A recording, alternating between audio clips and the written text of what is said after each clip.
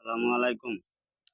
বাংলাদেশ স্বাধীন হওয়ার পরেতে যোগ্যতা আর মেধা এই দুইটারে যদি প্রাধান্য দিত তাহলে বাংলাদেশও এত সুর সৃষ্টি হইতো না, এত সুর তৈরি হইতো না। কিন্তু যোগ্য লোক আর মেধারে প্রাধান্য দিছে না, দিছে যার শক্তি বেশি তারে দিছে প্রাধান্য, যার কারণে বাংলাদেশও এই সুর তৈরি হয়েছে। এই বাংলাদেশের রাজনীতি করতেছে আওয়ামী লীগ, বিএনপি, জাতীয় পার্টি, জামাত, কিন্তু তারা যোগ্য লোহের প্রাধান্য দেয় না, দেয় খালি শক্তিরে। যখন বর্তমানে যে চলতেছে, বর্তমান এই যোগ্য মেধার দাম নাই, যার শক্তি বেশি তার দাম বেশি। এই বিএনপির মধ্যে 4-5টা নেতা আমার ভাল লাগে। 1 নম্বরে হইল মেজর হাফিজ।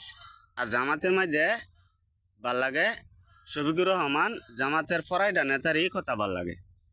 এই আওয়ামী লীগ তো আমার এই জীবনে ফল্লা ভোট দিছে আওয়ামী লীগরে, কিন্তু আওয়ামী লীগের একটা নেতাও বালা না, তার কথাবার্তা আমার ভাল লাগে না।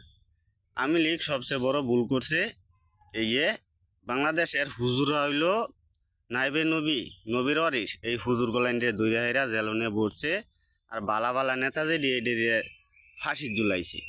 এই ভুল গোলাইন করছে আওয়ামী লীগ। কিন্তু আওয়ামী লীগের মধ্যে কোনো নেতা আমার পছন্দের মতো কোনো নেতা নাই। বিএনপির মধ্যে তো 4-5টা আছে, আর জামাতের ফরাইডা নেতাই আমার পছন্দ।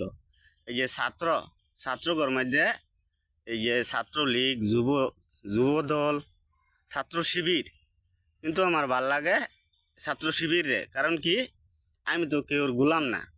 বাংলাদেশের ট্যাক্সের টাকা যারা বেতন নেয় পর থেকেই আমার কর্মচারী, আমি কেউর কর্মচারী না।